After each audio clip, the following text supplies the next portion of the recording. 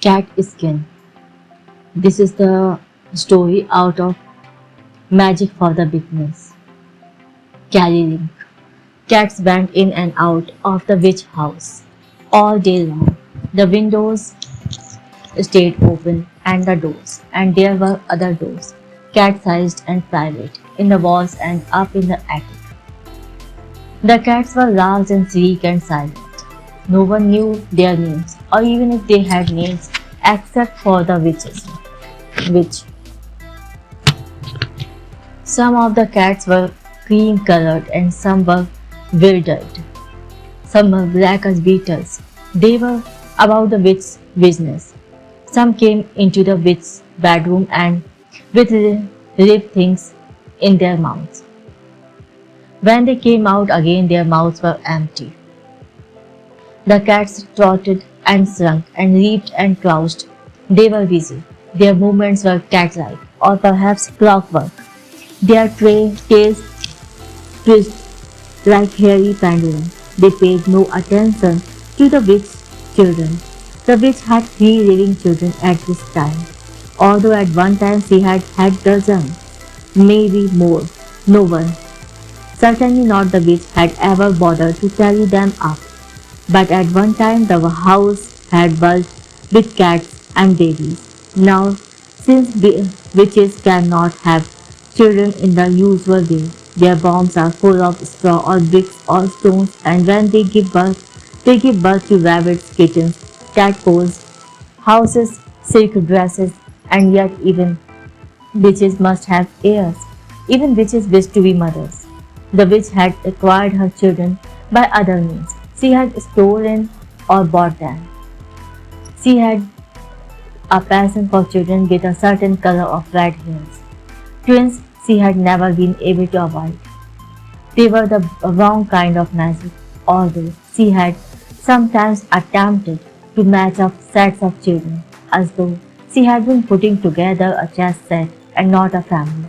If you were to say a witch chess set instead of a witch family, there would be some truth in that. Perhaps this is true of other families as well. One girl she had grown like a cyst upon her thigh. Other children the she had made out of things in her garden, or bits of trash that the cats brought her, aluminium foil with strings of chicken fat still crusted to it, broken television sets, cardboard boxes that the neighbors had thrown out. She had always been a thrifty witch. Some of these children had run away and others had died. Some of them she had simply misplaced or accidentally left behind on bushes. It is to be hoped that these children were later adopted into good homes or reunited with their natural parents. If you are looking for a happy ending in this story, then perhaps you should stop reading here and picture these children, these parents, their reunions. Are you still reading? The bitch up in her bedroom was dying. She had been poisoned by an enemy, a witch, a man named Lack, L-A-C-K. The child Finn. In this story you find different names, unusual, who had been her food taster, was dead already, and so were 3 cats who licked her disc clean. The witch knew who had killed her, and she snatched pieces of time, here and there, from the business of dying to make her revenge. Once the question of this revenge had been settled, to her satisfaction, the shape of it like a black ball of twine in her head, she began to divide up her estate between her 3 remaining children. Flecks of vomit stuck to the corners of her mouth, and there was a basin beside the foot of the bed, which was full of black liquid. The room smelled like cat's piss and wet matches. The witch fainted as if she were giving birth to her own death. Flora shall have my automobile, she has said, and also my purse, which will never be empty, so long as you always leave a coin at the bottom. My darling, my spent thrift, my profligate, my drop of poison, my pretty frog. And when I am dead, take the road outside the house and go west. There's one last piece of advice. Flora, who was the oldest of the witch's living children, was red-headed and stylish. She had been waiting for the witch's death for a long time now. Although she had been patient, she kissed the witch's cheek and said, "Thank you, mother." The witch looked up at her gently. She could see Flora's life, already read out, read as a map. Perhaps all mothers can see us fast. Jack, my love, my bird's nest, my bite, my scrap of porridge. The witch said, "You shall have my books. I won't have any need of books where I am going. And when you leave my house, strike out in an easterly direction, and you won't be any sorrier than you are now." Jack, who had once been a little bundle of feeders and twigs and eggshells, all tied up with a catty piece of string, was a sturdy lad, almost full grown. If he knew how to read, only the cats knew it. But he nodded and kissed his mother. "And what shall I read to my boy Small?" "Here is the boy named Small," the witch said, convulsing. She threw up again in the basin. Cats came running, leaning on the lip of the basin to inspect her vomits. The witch's hand dug into Small's lap. "Oh, it's hard, very hard for a mother to leave her children, though I have done harder things. Children need a mother, even such a mother as I have been." She wiped at her eyes, and yet it is a fact that witches cannot cry. Small, who still slept in the witch's bed, was the youngest of the witch's children. Perhaps not as young as you think. He sat upon the bed and along, although he did not cry. It passed, only because witch children have no one to teach them the use of crying. His heart was breaking. Small could juggle and sing, and every morning he brushed and plaited the witch's long silky hair. Surely every mother must wish for a boy like Small, a curly-headed, sweet-breathed, tender-hearted boy like Small, who can cook a fine omelette and who has a good, strong singing voice as well as a gentle hand with a hairbrush. "Mother," he said, "if you must die, then you must die. And if I can't come along with you, then I will do my best to live and make you proud. Give me your hairbrush to remember you by, and I will go back, make my own way in the world." "You shall have my hairbrush then," said the witch to Small, looking and panting, "and I love you best of all. You shall have my tinder box and my matches, and also my revenge, and you will make me proud, or I don't know my own children." "What shall we do with the house, mother?" said Jack. He said it as if he did not care. "When I am dead," the witch said, "the house will be of no use to anyone. I gave birth to it, that was a very long time ago, and raised it from just a dollhouse. Oh, it was the most dear, most darling dollhouse ever.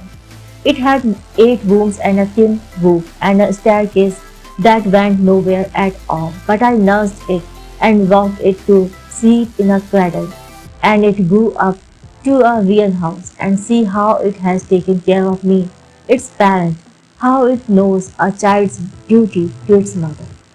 And perhaps you can see how it is now, how it pines, how it grows sick to see me dying like this. Leave it to the cats, they will know what to do with it."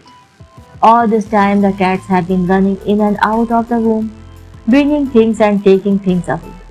It seems as if they will never slow down, never come to rest, never nap, never have the time to sleep or to die, or even to mourn. They have a certain proprietary look about them, as if the house is already theirs. The witch vomits up mud, fur, glass buttons, tin soldiers, trowels, hat pins, thumb tacks, love letters, mislabeled or sent without the appropriate amount of postage and never read, and a dozen regiments of red ants. each aunt as long and void as a kidney bean. The aunt swim across the prairie rose, stinking basin, clamber up the sides of the basin and go marching across the floor in a shiny ribbon. They are carrying piece of time in their mandibles. Time is heavy even in such small pieces, but the ants have strong jaws, strong legs. Across the floor they go and up the wall and out the window.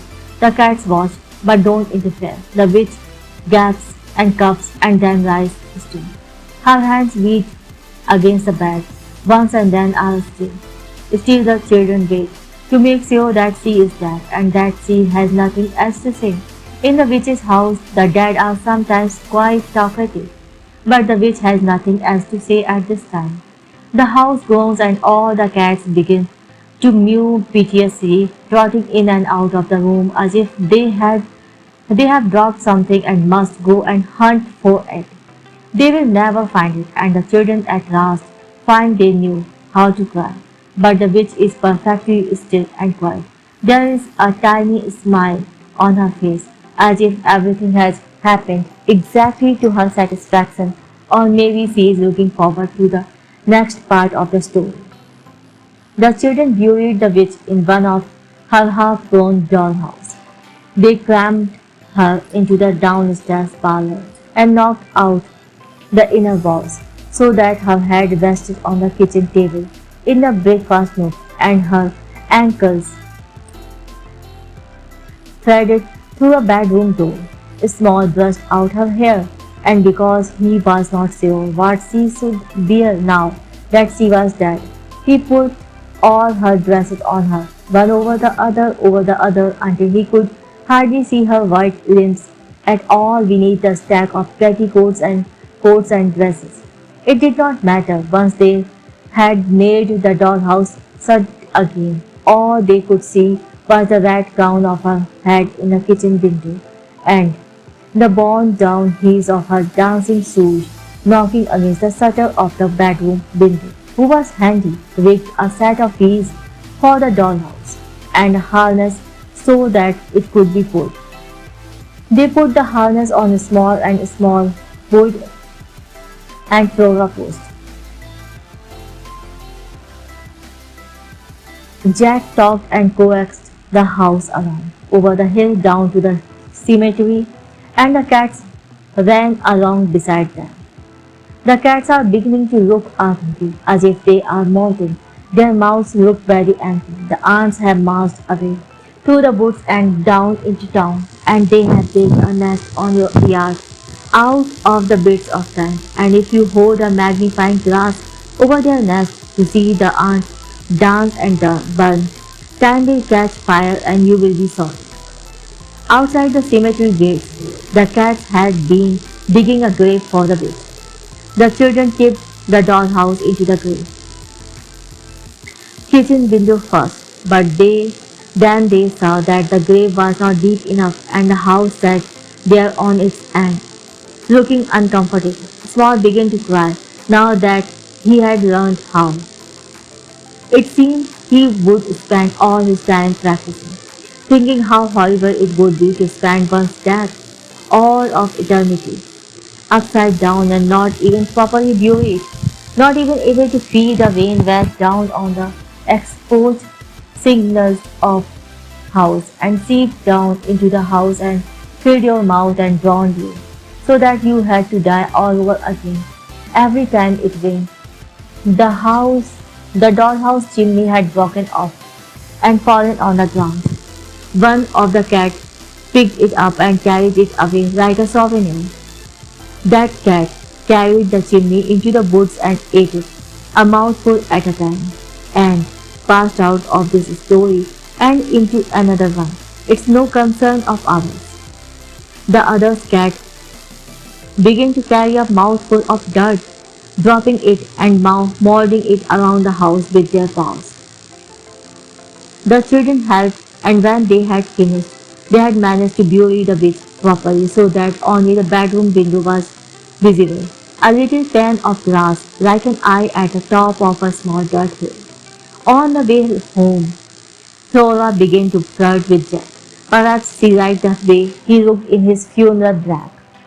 They talked about what they planned to do, how that they were grown up. Flora wanted to find her parents. She was a pretty girl. Someone would want to look after her. Jack said he would like to marry someone rich.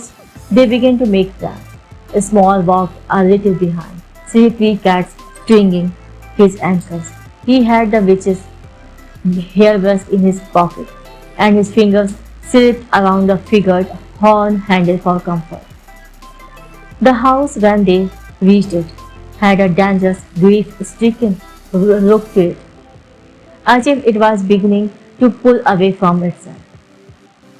Flora and Jack would not go back inside. They squeezed Small lovingly and asked if he would not want to come along with them. He would have liked to, but who would have looked after the witch cat, witch revenge? So he watched as they dropped heaven. They went north. What child has ever heeded a mother's advice? Jack has not even bothered to bring along the witch's library.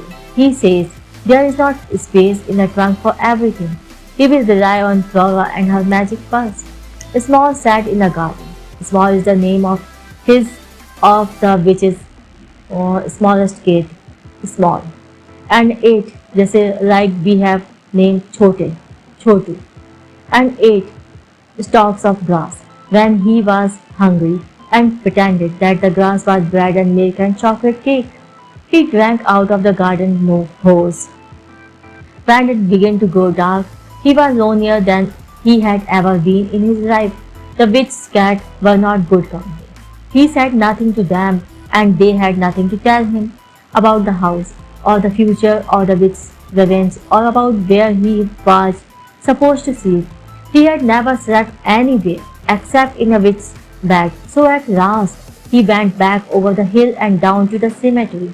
Some of the cats were still going up and down the grave, covering the base of the mound with leaves and grass and feathers, their own loose fur.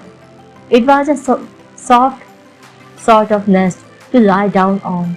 The cats were still busy when Small fell asleep.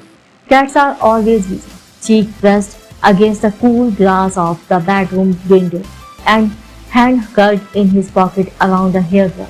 But in the middle of the night when he woke up, he was swaddled head to foot in warm grass-scented cat bodies. A tail is curled around his chin like a rope, and all the bodies are sawing breath and are in and out, whiskers and paws twitching, silky bellies rising and falling. All the cats are sleeping a frantic, exhausted, busy sleep, except for one, a white cat who sits near his head, looking down at him. Small has never seen this cat before, and yet he knows her, the way that you know the pupil who visits you in dreams. She is white everywhere, except for reddish tuft and frills at her ears and tails and paws, as if someone had embroidered her with fire around the edges. What's your name? Small says. He has never talked to the witch cats before. The cat lifts a leg and licks herself in a private place. Then she looks at him. You may call me mother, she says, but Small shakes his head. He can't call the cat that. Down under the blanket of cats, under the window pan, the witch's Spanish heel is drinking in moonlight. Very well, then you may call me the witch's revenge, the cat says. Her mouth does not move, but he hears her speak inside his head. Her voice is fury and sharp, like a blanket made of needles. And you may comb my fur, Small sits up, displacing sleeping cats, and lifts the brush out of his pocket. The bristles have left rows of little holes indented in the pink palm of his hand, like some sort of code. If he could read the code, it would say, comb my fur. Small combs the fur of the witch's revenge. There's grey dirt in the cat's fur, and one or two red ants who drop and scurry away. The witch revenge bends her head down to the ground, snaps them up in her jaws. The heap of cats around them is yawning and stretching. There are things to do. You must burn her house down. The witch revenge says, that's the first thing. Small's comb catches a knot, and the witch revenge turns and nips him on the wrist. Then she ricks him in the tender place between his thumb and his first finger. That's enough, she says. There's work to do. So they all go back to the house, Small stumbling in the dark, moving farther and farther from the witch's grave. The cats trotting along, their eyes lit like torches, twigs and branches in their mouth, as if they plan to build a nest, a canoe, or a fence to keep the world out. The house, when they reach it, is full of lights and more cats and piles of tinder. The house is making a noise like an instrument that someone is breathing into. Some realizes that all the cats are mewing endlessly as they run in and out the door, looking for more kindling. The witch's revenge says, first we must latch all the doors. So Small shuts all the doors and windows on the first floor, leaving open only the kitchen door. And the witch revenge search. Witch revenge is the name of new cat. Search the catches on the secret doors, the cat doors, the doors in the attic and up on the roof and the cellar doors. Not a single secret door is left open. Now all the noise is on the inside, and Small and the witch's revenge are on the outside. All the cats have slipped into the house through the kitchen door. There is not a single cat in the garden. Small can see the witch's cat through the windows arranging their piles of twigs. The witch's revenge sits beside him, watching. Now light a match and throw it in, says the witch's revenge. Small lights a match. He throws it in. What boy does not love to start a fire? Now shut the kitchen door, says the witch's revenge. But Small can't do that. All the cats are inside. The witch's revenge stands on her hind paws and pushes the kitchen door shut. Inside, the lit match catches sometimes something on fire. Fire runs along the floor and up the kitchen walls. Cats catch fire and run into the other rooms of the house. Small can see all this through the window. He stands with his face against the glass, which is cold and then warm and then hot. Burning cats with burning twigs in their mouth press up against the kitchen door and the other doors of the house, but all the doors are locked. Small and the witch's revenge stand in the garden and watch the witch's house and the witch's books and the witch's sofas and witch's cooking pots and the witch's cats, her cats too. All her cats burn. You should never burn down a house. You should never set a cat on fire. You should never watch and do nothing while the house is burning. You should never listen to a cat who says to do any of these things. You should listen to your mother when she tells you to come away from watching, to go to bed, to go to sleep. You should listen to your mother's revenge. You should never poison a witch. In the morning, Small woke up in the garden. Truth covered him in a greasy blanket. The witch's revenge was curled up asleep on his chest. The witch's house was still standing, but the windows had melted and run down the walls. The witch's revenge woke and stretched and licked Small clean with her small, soft-skinned tongue. She demanded to be calm. Then she went into the house and came out, carrying a little bundle. It dangled boneless from her mouth like a kitten. It is a cat skin. Small sees, only there is no longer a cat inside it. The witch's revenge drops it in his lap. He picked it up and something shiny fell out of the loose, light skin. It was a piece of gold, sloppy, slippery with fat. The witch's revenge brought out dozens and dozens of cat skin, and there was a gold piece in every skin. While Small counted his fortune, the witch's revenge bit off one of her own claws and pulled one long bit hair out of witch's comb. She sat up like a terror, cross-legged in the grass, and began to stitch up a bag out of many catskins. Small shivered. There was nothing to eat for breakfast but grass, and the grass was black and cooked. "Are you cold?" said the witch revenge. She put the bag aside and picked up another catskin, a fine black one. She slit a sharp claw down the middle. "We will make you a warm suit." She used the coat of a black cat and the coat of a calico cat, and she put a trim around the paws of grey and white striped fur.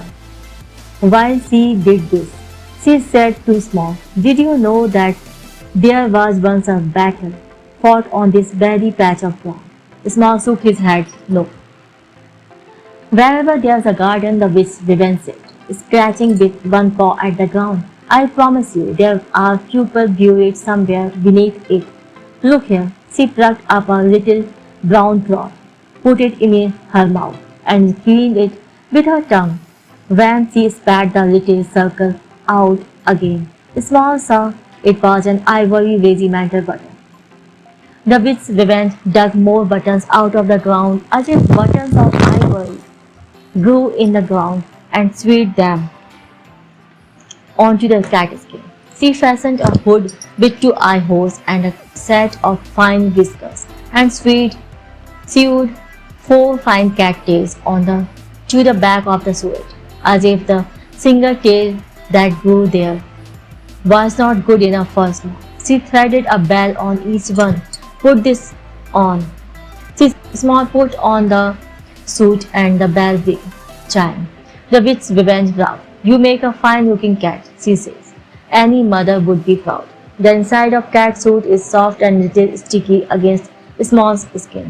When he puts the hood over his head, the world disappears. He can see only the vivid corner of it through the eye holes. Glass cold. The cat who sits cross-legged, stitching up her sack of skin, and her air seeps in down at the rosy seam, where the skin droops and sags over his chest and around the gaping buttons. Small holds his tail in his clumsy fingerless paw, like a handful of ease, and swing them back and forth to hear them wing. The sound of the bells and the sooty, cooked smell of the air, the warm stickiness of the suit, the feel of his new fur against the ground. He falls asleep and dreams that hundreds of ants come and lift him and gently carry him off to the bed. When Small tipped his hood back again, he saw that the witch's revenge had finished with her needle and thread. Small helped her fill the bag with gold. The witch's revenge stood up on her hind leg, took the bag and swung it over her shoulders. The gold coins went sliding against each other, mewing and hissing. The bag dragged along the grass, picking up as leaving a trail of green behind it. The witch's revenge strutted along as if she was carrying a sack of air. Small put the hood on again, and he got down on his hands and knees, and then he trotted after the witch's revenge. They left the garden gate wide open and went into the forest towards the house where the witch Rack lived. Witch Rack, who killed the witch in the beginning. The forest is smaller than it used to be. Small is growing small, the kid, but the forest is shrinking. Trees have been cut down, houses have been built, lawns roads laid. The witch revenge and Small walked alongside one of the roads. A school bus rolled by. The children inside looked out their windows and laughed when they saw the witch revenge walking on her hind legs and at her heels. Small in his cat suit. Small lifted his head and peered out of his eye holes after the school bus. "Who lives in these houses?" he asked the witch revenge. "That's the wrong question, Small," said the witch revenge, looking down at him and striding along. "Meow," the cat skin bag says. "Clink." "What's the right question then?" Small said. Ask me who lives up under the houses. The witch revenge said, obediently small said, who lives under the houses? What a good question, said the witch revenge. You see, not everyone can give birth to their own house. Like the witch, most people give birth to children instead, and when you have children, you need houses to put them in. So children and houses, most people give birth to the first, means children, and have to build the second, means house. The houses, that is. A long time ago, when man and woman were going to build a house, they would dig a hole first, and they had make a little room, a little wooden one-room house in the hole, and then they had steal or buy a child to put in the house in the hole to live there, and then they built their house over the first little house. Did they make a door in the lid of the little house? No, said. They did not make a door, said the witch revenge. But then how did the girl or the boy climb out? Small said. The boy or girl stayed in that little house, said the witch revenge. House is still under the other houses, where the people live, and the people who live in the houses above may come and go as they please, as they don't ever think about how there are little houses with little children sitting in little rooms under their feet. But what about the mothers and fathers? Small asked. Did not they ever go looking for their boys and girls? Ah, said the witch revenge. Sometimes they did and sometimes they did not. And after all, who was living under their houses? But that was a long time ago. Now people mostly bury a cat when they build their house instead of a child. That's why we call cats house cats. Which is why we must walk along smartly. As you can see, there are houses under construction here. Nobody wants to bury underneath a constructed house. So there are. They walk by clearing where men are digging little holes. First, Small puts his hood back and walks on two legs, and then he puts on his hood again and goes on all fours. He makes himself as small and slinky as possible, just like a cat. But the bells on his tail, jones and coins in the bag that the witch revenge carries go cling meow, and the men stop their work and watch them go by. How many witches are there in the world? Have you ever seen one? Would you know a witch if you saw one? And what would you do if you saw one? For that matter, do you know a cat when you see one? Are you sure? Small followed the witch's revenge. Small grew curious on his knees and the pads of his fingers. He would have liked to carry the bag sometimes, but it was too heavy. How heavy? You would not have been able to carry it either. They drank out of streams at night. They opened a catskin bag and climbed into the sea.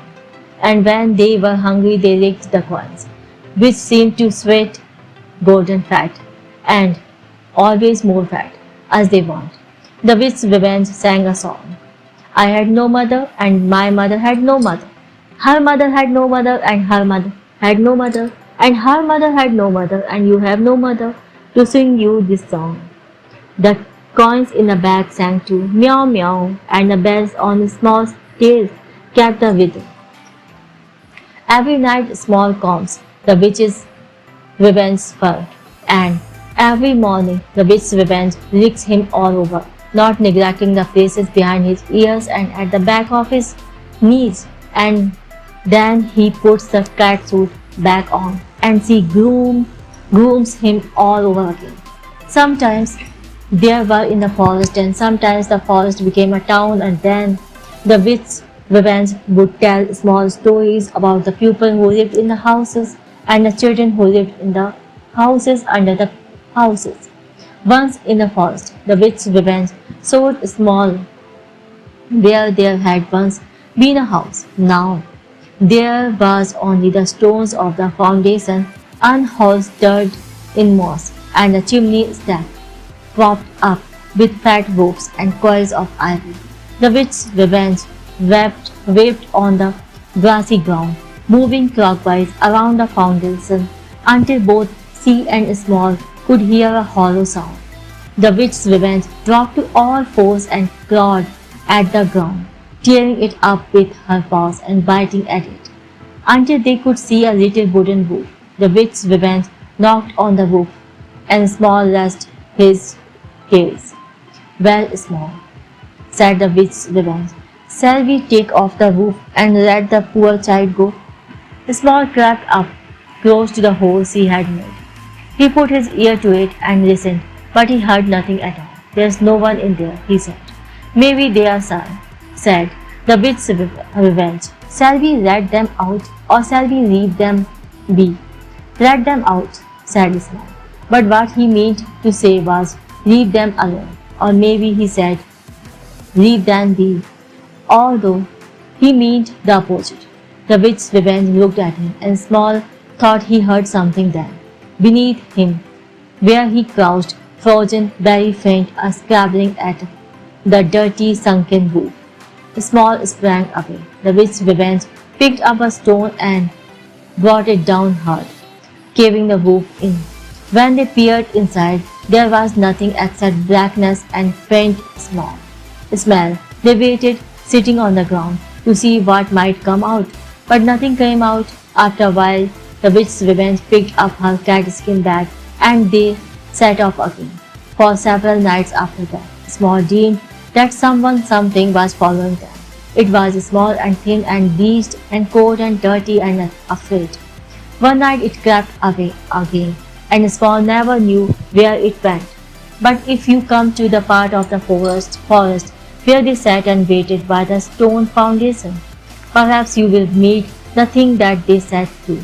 No one knew the reason for the quarrel between the witch Small's mother and the witch Rack,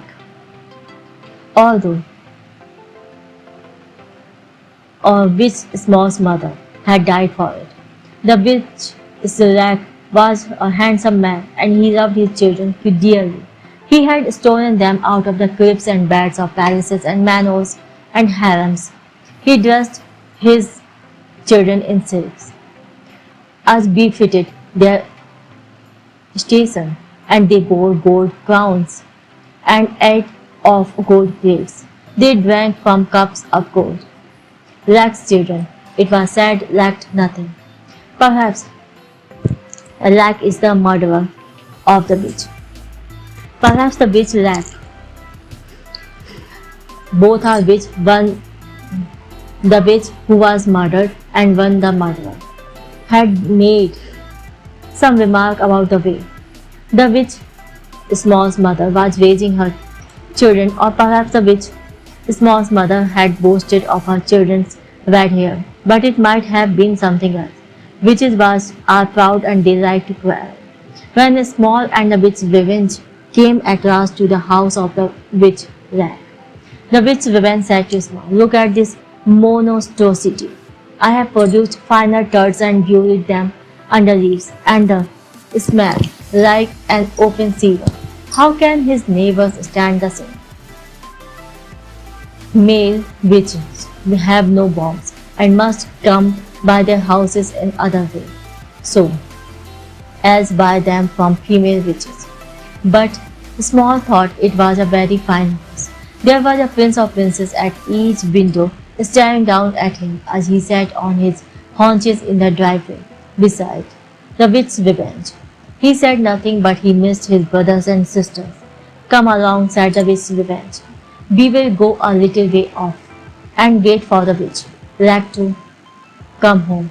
Small followed the witch's revenge back into the forest, and in a while, two of the witch Rack's children came out of the house carrying baskets made of gold. They went into the forest as well and began to pick blackberries. The witch's revenge and Small sat in the briar and watched. There was a wind in the briar. Small was thinking of his brothers and sisters. He thought of the taste of blackberry, the feel of them in his mouth, which was not at all like the taste of fat. The witch's revenge nested against the small of Small's back, She was raking down a lump of knotted fur at the base of his spine. The princesses were singing. Small decided that he would live in the briar with the witch's revenge. They would live on berries and spy on the children who came to pick them, and the witch's revenge would change her name. The bird mother was in her mouth, along with the sweet taste of the blackberries. Now you must go out, said the witch's woman, and be kitteness, be playful, chase your tail. Be shy, but don't be too shy. Don't talk too much, let them pet you. Don't bite. She pushed at a small rump, and a small tumbled out of the briar and sprawled at the feet of the witch Rack's children. The Princess Georgia said, "Look, it's a dear little cat." Her sister Margaret said doubtfully, "But it has 5 tails. I have never seen a cat that needed so many tails, and its skin is done up with buttons, and it's almost as large as you are." Small, however, began to caper and prance. He swung his tail back and forth so that the bell rang out, and then he pretended to be alarmed by this. First he ran away from his tails, and then he chased his tails.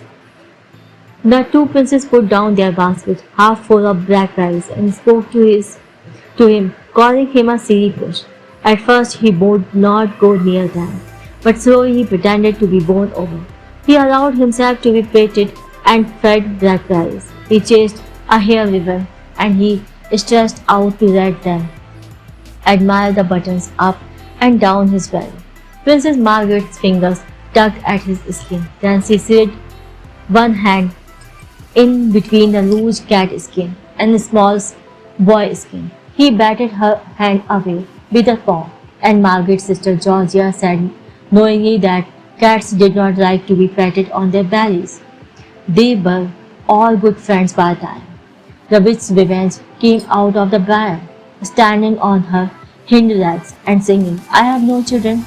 My children have no children, and their children have no children, and their children have no whiskers and no tails." At this sight, the Princess Margaret and Georgia began to laugh and point. They had never heard a cat sing or seen a cat walk on its hind legs. Small raised his 5 tails furiously, and all the fur of cat skin stood up on his arched back, and they laughed at that too. When they came back from the forest with their basket piled with berries, Small was stalking close at their heels, and the witch's revenge came walking just behind. But she left the bag of gold hidden in the briar. That night when the witch Rack came home, his hands were full of gifts for his children. One of Rack, the murderer, is coming back to his home. One of his sons went to meet him at the door and said, "Come and see what followed Margaret and Georgia home from the forest. Can we keep them?" And the table had not been set for dinner, and the children of the witch Rack had not sat down to do their homework. And in the witch Rack's throne room, there was a cat with 5 tails, spinning in circle, while a second cat sat impudently upon his throne and said, "Yes, your father's house is the shiniest, brownest, largest, the most expensive, the sweetest smelling house that has ever come out of anyone's ass." The witch Rack's children began to laugh at this until they saw the witch, their father, standing there. Then they fell silent. Small stopped spinning. "You," said the witch Rack. "Me," said the witch Revenge, and sprang from the throne. Before anyone knew what she was about, her jaws were fastened about the witch Rack's neck, and then she ripped out his throat. Rack opened his mouth to speak, and his blood fell out, making the witch Revenge fur more red now than white. The witch Rack fell down dead, and red ants went marching out of the hole in his neck and the hole of his mouth, and they held pieces of time in their jaws as tightly as the witch Revenge had held Rack's throat in her. But she let Rack go and left him lying in his blood on the floor, and she snatched up the ants and ate them, quickly as if she had been hungry for a very long time. While this was happening, the witch Rag's children stood and watched and did nothing. Small sat on the floor, his tail curled about his paws. Children, all of them, they did nothing. They were too surprised. The witch, revenge, her belly full of ants, her mouth stained with blood, stood up and surveyed them. Go and fetch me my catskin bag, she said to Small.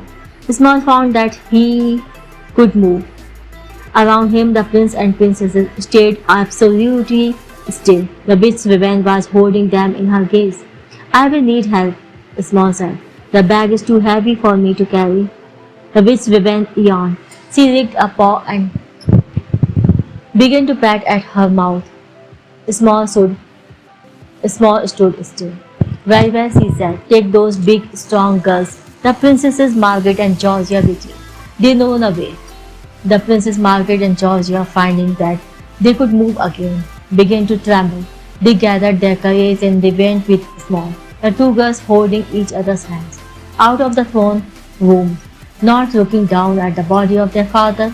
The witch ran and back into the forest. Georgia began to weep, but the Princess Margaret said to Small, "Let us go."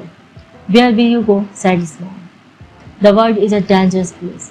There are people in it who mean you no good." He threw back his hood, and the Princess Georgia began to weep harder. "Let us go," said the Princess Margaret. "My parents are the king and the queen of a country not 3 days' walk from there. Here, they will be glad to see us again." Small said nothing. They came to the briar and he sent the Princess Georgia in to hunt for the catskin bag. She came out scratched and bleeding, the bag in her hand. It had caught on the briars and torn open. Gold coins rolled out like glossy drops of fat, falling on the ground. "Your father killed my mother," said Small, "and that cat, your mother's devil, will kill us or worse," said Princess Margaret. "Let us go." Small lifted the catskin bag. There were no coins in it now. The Princess Georgia was on her hands and knees, scooping up coins and putting them into her pocket. "Was he a good father?" Small asked. "He thought he was," Princess Margaret said, "but I'm not sorry he is dead. When I grow up, I will be queen. I will make a law to put all the witches in the kingdom to death and all their cats as well." Small became afraid. He took up the catskin bag and ran back to the house of the witch Rack, leaving the two princes in the forest, and whether they made their way home to the Princess Margaret's parents, or whether they fell into the hands of thieves, or whether they lived in the briar, or whether the Princess Margaret grew up and kept her promise and rid her kingdom of witches and cats, Small never knew, and neither do I, and neither shall you. When he came back into the witch Rack's house, the witch Revenge saw at once that what had happened. "Never mind," she said. There were no children, no prince and princess, in the throne house. The witch Rack's body still lay on the floor, but the witch Revenge had skinned it like a corn and sewn up the skin into a bag. The bag wiggled and jerked, the sides heaving as if the witch Rack were still alive somewhere inside. The witch Revenge had the witch skin bag in one hand and with the other, she was stuffing a cat into the neck of the skin. The cat wailed as it went into the bag. The bag was full of wailing, but the discarded flesh of the witch Rack rolled slack. There was a little pile of gold crowns on the floor beside the flayed corpse, and transparent papery things that blew about the room on a current of air. Surprised looks on the thin, set faces. Cats were hiding in the corners of the room and under the throne. "Go catch them," said the witch's Revenge, "but leave the three prettiest alone." "Where are the witch Rack's children?" Small said. The witch Revenge nodded around the room. "As you see," she said, I have stripped off their skin, and they were all cats underneath. They are cats now. But if we were to wait a year or two, they would shed these skins as well and become something new.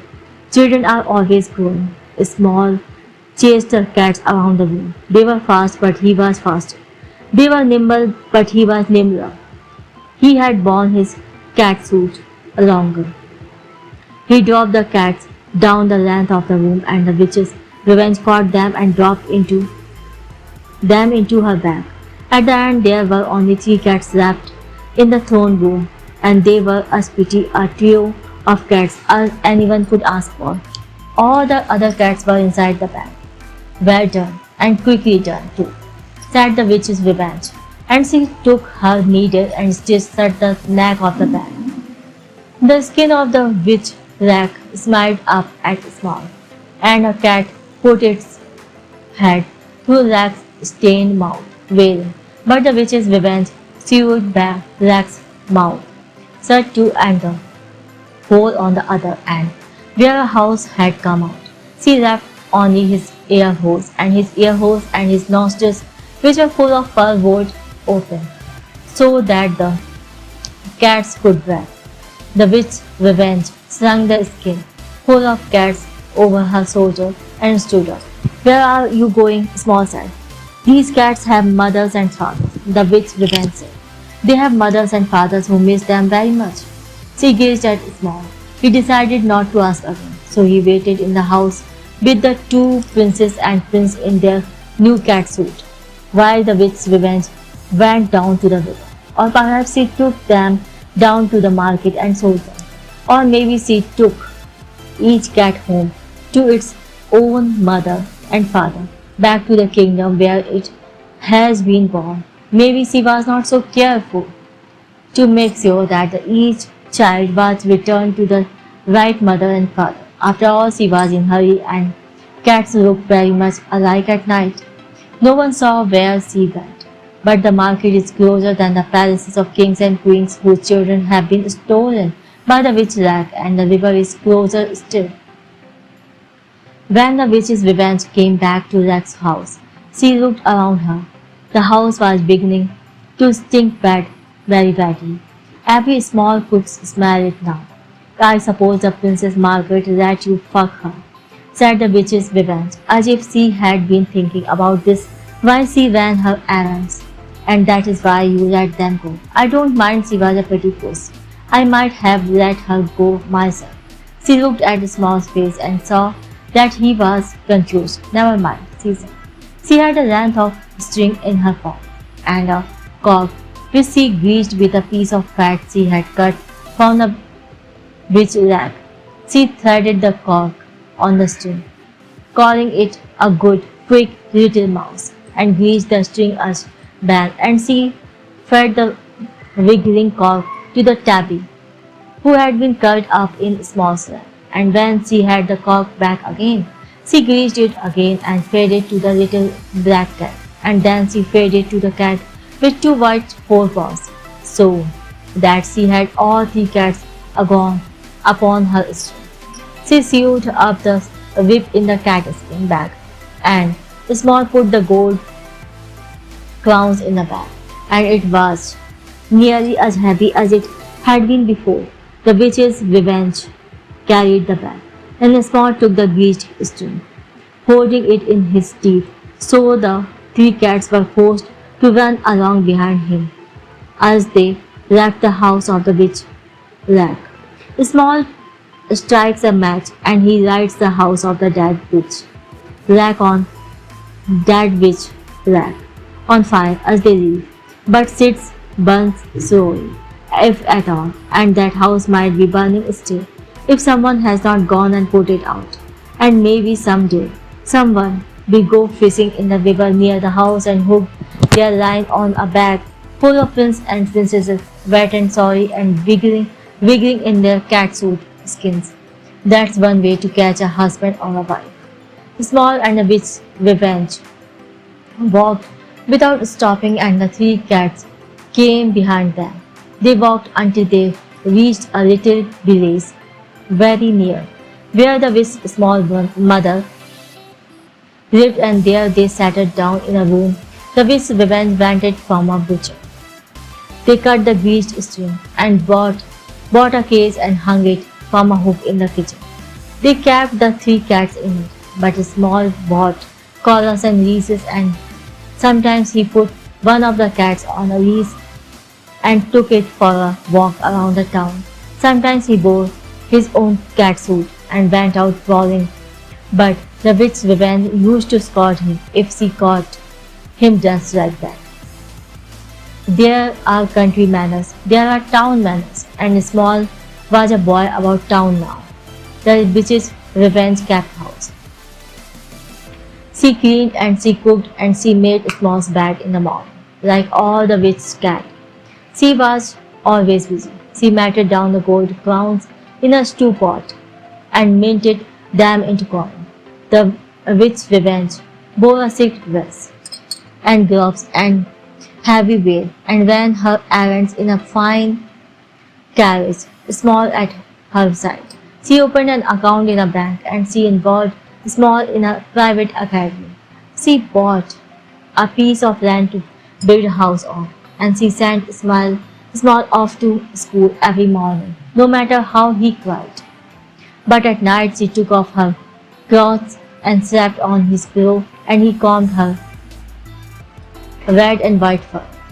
Sometimes at night she twisted and moaned, and when he asked her what she was dreaming, she said, "There are, dear aunt, can't you comb them out? Be quick and catch them if you love me."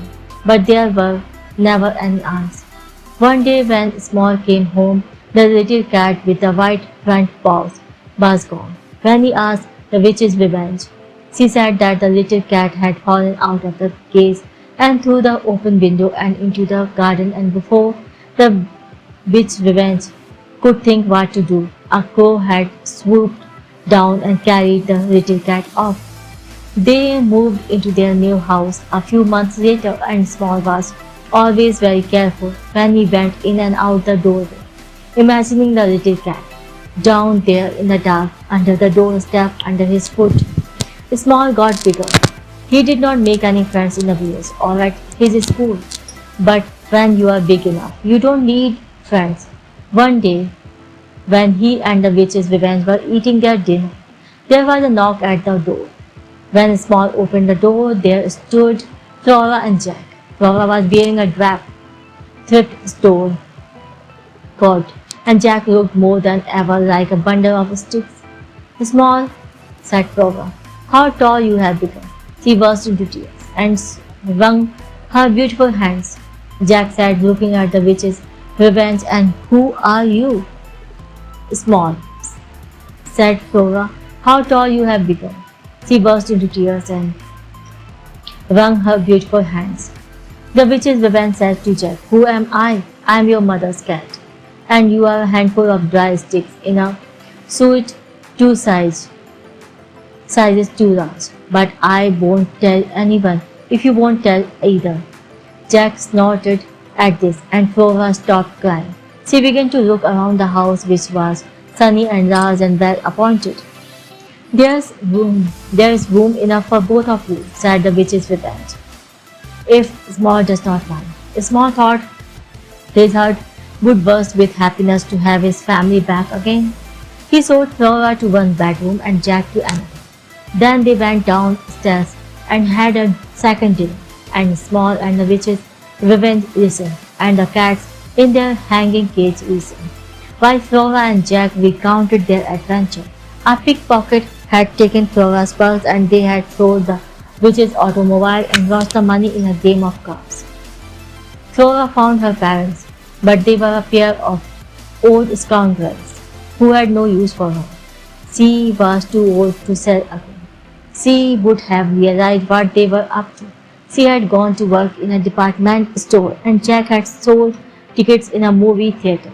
They had quarreled and made up, and then fallen in love with other people, and had many disappointments. At last, they had decided to go home to the witch's house and see if it would do for a squat, or if there was anything left to carry away and sell. But the house, of course, had burnt down, as they argued about what to do next. Jack had smelled small, his brother, down in the blaze, so here they were. You will live here with us, Small said. Jack and Flora said they could not do that. They had ambitions, they said. They had plans. They would stay for a week or 2 weeks and then they would be off again. The witch's woman nodded and said that this was sensible. Every day Small came home from school and went out again with Flora on a bicycle built for two. Or he stayed home and Jack taught him to hold a coin between two fingers and how to follow the axe as it moved from cup to cup. The witches' women taught them to play bridge, although Flora and Jack could not be partners. They quarreled with each other as they were husband and wife. What do you want? Small asked Flora one day. He was leaning against her, wishing he were still a cat and could sit in her lap. She smelled of secret. Why do you have to go away again? Flora patted Small on the head. She said, what do I want? That's easy enough. To never have to worry about money, I want to marry a man and know that he will never cheat on me or leave me. She looked at Jack as she said this. Jack said, I want a rich wife who won't talk back, who does not lie in bed all day and with the covers pulled up over her head, beeping and calling me a bundle of creeps. And he looked at Flora when he said this. The witch's woman put down the sweater that she was knitting for Small. She looked at Flora and she looked at Jack and then she looked at Small. Small went into the kitchen and opened the door of the hanging case. He lifted one out of the two cats and brought them to Flora and Jack. Here, he said, a husband for you, Flora, and a wife for Jack. A prince and a princess, and both of them beautiful and well brought up and wealthy, no doubt. Flora picked up the little tomcat and said, don't tease me at me, Small. Who ever heard of marrying a cat? The witch women said, the trick is to keep their cat skin in a safe hiding place. And if they sulk or treat you badly, sew them back into their cat skin and put them into a bag and throw them in the river. Then she took her claw and slit the skin of the tabby-colored cat suit. And Flora was holding a naked man. Flora shrieked and dropped him on the ground. He was a handsome man, well made, and he had a princely manner. He was not a man that anyone would ever mistake for a cat. He stood up and made a bow, very elegant, for all that he was naked. Flora blushed, but she looked pleased. Go fetch some clothes for the prince and the princess. The witch revenge said to Small. When he got back, there was a naked princess hiding behind the sofa, and Jack was leering at her. A few weeks after that, there was two weddings, and then Flora left with her new husband and Jack went off with his new princess. Perhaps they lived happily even after. The witch woman said to Small, we have no wife for you. Small shrugged. I am still too young, he said. But try as hard as he can. Small is getting older now. The cat skin barely fits across his shoulders. The buttons strain when he fastens them. His grown-up fur, his pupil fur, is coming in. At night he dreams the witches which his mother's Spanish heel beats against a pane of glass. The princess hangs in the barrel. She is holding up her dress so he can see the cat fur down there. Now she is under the house. She wants to marry him, but the house will fall down if he kisses her. He and Flora are children again in the witch's house. Flora lifts up her skirt and says, see my Percy. There's a cat down there, peeking out at him. But it does not look like any cat he has ever seen. He says to Flora, I have a pushy too, but his is not the same. At last, he knows what happened to the little starving naked thing in the forest, where it went, it crawled into his cat skin while he was asleep, and then it climbed right inside him. His small skin now it is huddled in his chest, still cold and sad and hungry. It is eating him from the inside and getting bigger, and one day there will be no small left at all, only that nameless hungry child, bearing a small skin. Small moans in his sleep. There are ants in the witch's revenge skin, leaking out of her seams, and they march down into the seeds and pinch at him, down under his arms and between his legs where his fur is growing in, and it hurts, it itches and itches. He dreams that witch's revenge wakes now, and comes and licks him all over, until the pain melts, the pain of grass melts. The ants march away again on their long greased thread. What do you want? Says the witch's revenge. Small is no longer dreaming. He says, I want my mother. Light from the moon comes down through the windows over their bed. The witch's revenge is very beautiful. She looks like a queen, like a knife, like a burning house, a cat in the moonlight. Her fur shines, her whiskers stand out like pulled stitches, bags and threads. The witch's revenge says, your mother is dead. Take off your skin, Small says. He is crying, and the witch's revenge licks his tears away. Small's skin pricks all over and down under the house. Something small wails and wails. Give me back my mother, he says. Oh, my darling, says his mother, the witch. The witch's revenge.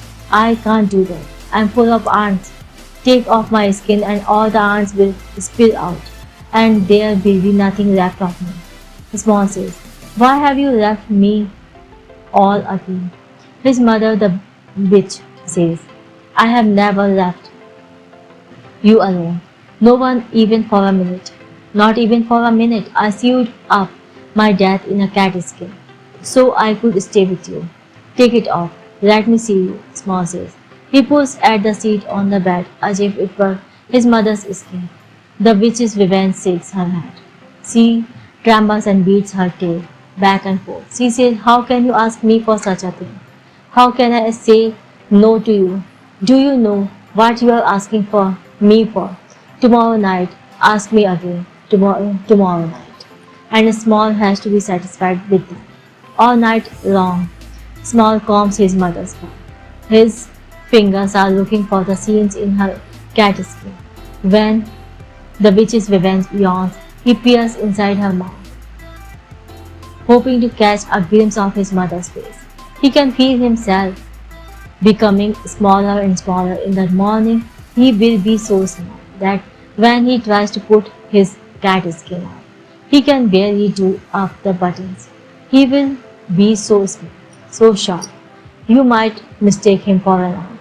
And when the witch's revenge yawns, he will creep inside her mouth. He will go down into her belly. He will go find his mother. If he can, he will help his mother cut her cat skin open so that she can get out again and come and live in the world with it. And if she won't come out, then he won't either. He will live there, the way that sailors learn to live inside the belly of fish who have eaten them, and keep house for his mother inside the house of her skin. This is the end of the story. Princess Margaret grows up to kill witches and cats. If she does not, then someone else will have to do it. There is no such thing as witches, and there is no such thing as cats either. Only people dressed up in cat skin. Source: they have their reasons, and who is to say that they might not live that way, happily ever after, until the ants have carried away all the time that there is to build something new and better out of it. Thank you very much for